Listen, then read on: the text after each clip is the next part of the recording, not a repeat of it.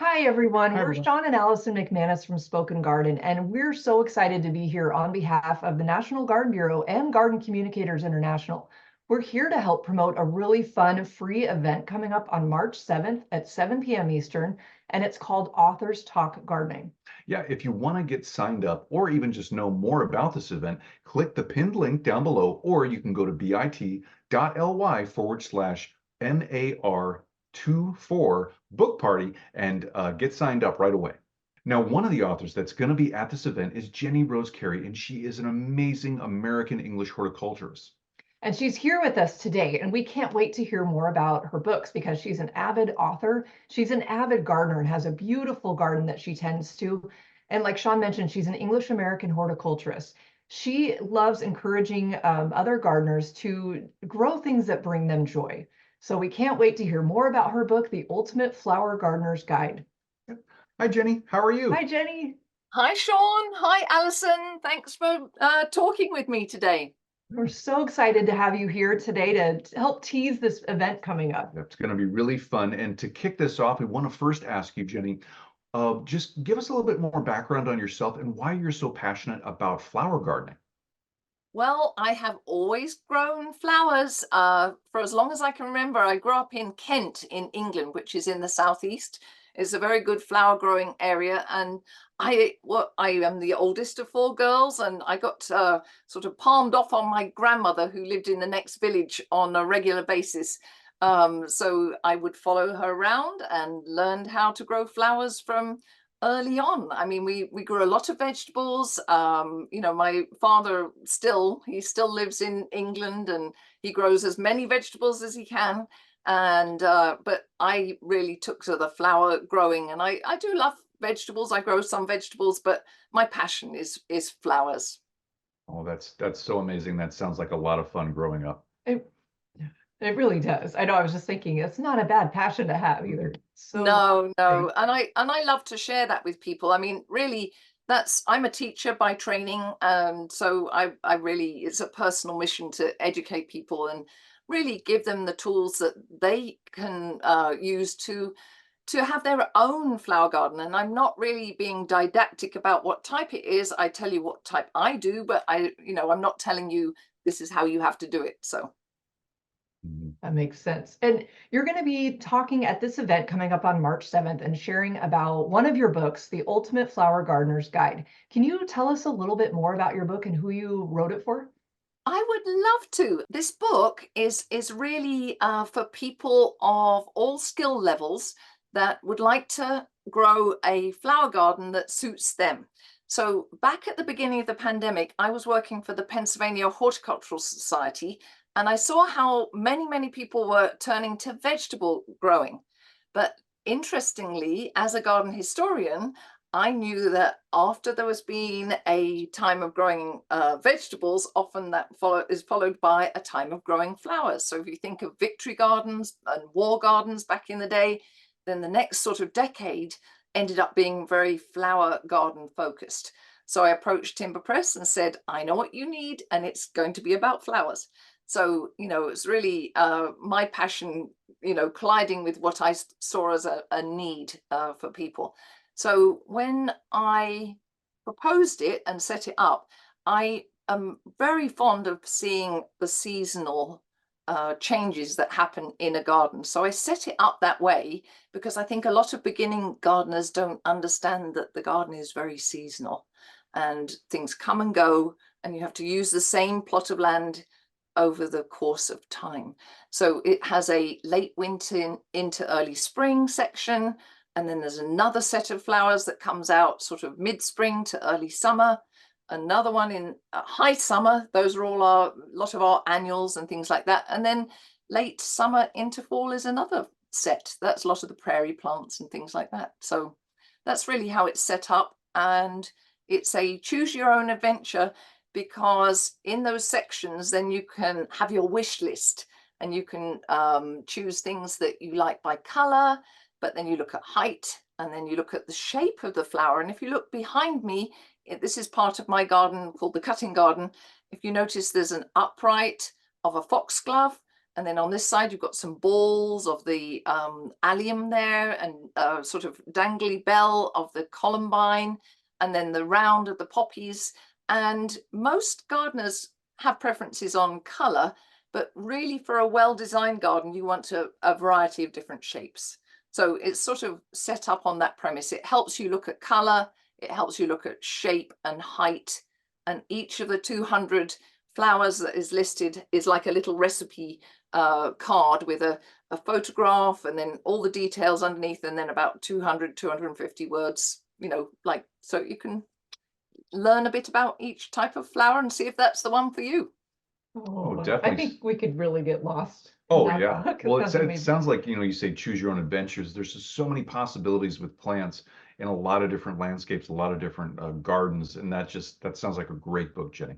Oh, well, thank you. It's 93,000 words, so you're not going to go through it in an evening. But you know, you don't have to do it cover to cover. You can dip into the different relevant chapters that you like, you know, so it's not, you don't have to worry about that. But it's plenty of 600 photos, so, you know, lots to look at. No, definitely. Nice. And Jenny, based on that book, and with spring coming up here and flowering bulbs, what are your 3 favorite flowering bulbs that you like to grow every year? Well, I can. Oh, do I have to do 3? Oh, Sean, you're so mean. Okay, I would say that number 1 would be daffodils, just because they're so easy anywhere across the country.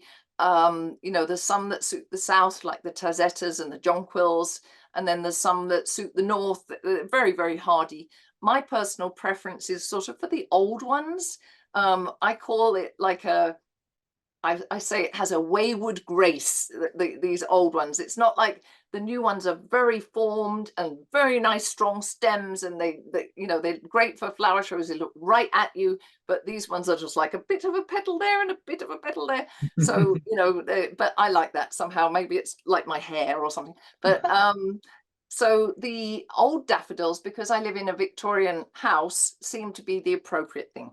So I grow, I can't remember, somewhere between 50 and 100 different types of, not that I'm obsessed with flowers or anything like that, you know, not any of that. But and then I was lucky enough to go to the Keukenhof in outside Amsterdam. There's a 60-acre bulb flower garden that's only open sort of March to mid-May. And if you ever get a chance to go, please go. It's just fantastic. But I then fell back in love with tulips again. And I do have a lot of animals that I share my garden with. So I found that the best way for me to grow those is in pots, you know, above ground and a bit protected until they are ready to flower. So I love, oh, there's so many colors and shapes. And if you're not a big fan of the big tulips, there's these lovely little species tulips that only grow about 6 inches tall, and they tend to perennialize a little bit more for me. I grow them in my rocky garden areas, you know, and covered in stones and grit and everything around them. And then probably I would go with hyacinths because of the fragrance. And people tend to think of them as potted plants for inside, but if you put them mid back in your border, the leaves which grow after the flower has finished are then covered up with what you've got there, like nepetas or salvias or something like that. So I tend to put them a little bit further back in the border, really enjoy the fragrance. And there's some gorgeous colors that weren't there when I was growing up. So, you know, when I was growing up, it was light pink, light blue, and white, and you didn't even have names. Now there's coral colored, and my favorite one, splendid cornelia. Look up splendid cornelia.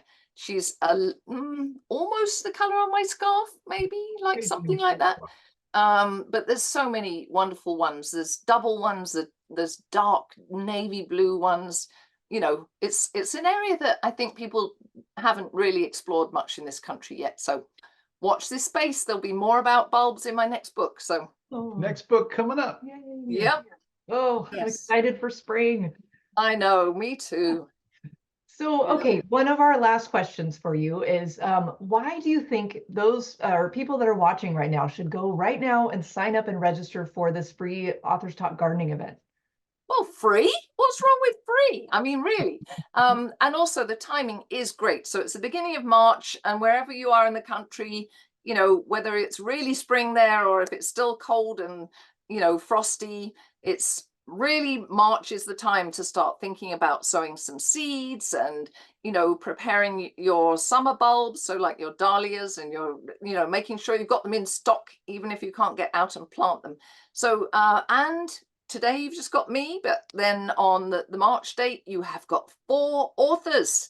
So we're going to be chatting, answering questions, having a fun time, and then we do breakout sessions and answer individual questions. So you can, you know, save up your questions for us, and you choose one of us to go and chat with, and it's a nice nice evening.